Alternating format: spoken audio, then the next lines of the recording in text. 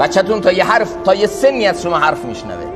تا یه سنی شما بگید برید تو جلسه دینی شرکت کنید، تو جلسه قرآن شرکت کنید، تو جلسه تعلیم و تعلم شرکت کنید، تو جلسه سخنرانی فلان عالم شرکت کنید، گوش میکنه، دستتو میگیره میاد. اما از یک سنی اگر به فکر تربیت بچت نبودی، با این همه حجمه های مختلف رسانه‌ای، کلیپ های مختلف، ابر رسانه هایی که در دست یهود و نصاراست با لباس دین به جنگ دین آمدن،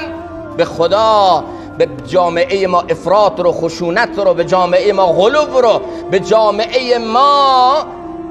شبهات رو، آتئیسم رو، شیطان پرستی رو، اومانیسم رو، اسم زدگی رو به بچه تو طوری منتقل میکنن که بعد از مدتی خودت حیران میشی. تو منطقه ما یه نرم افزاری رو تو موبایل ها بعضی بچه ها نصب کرده بودن به نام نهنگ آبی که چند تا نوجوان از بهترین نوجوان های منطقه ما خودکشی کردن.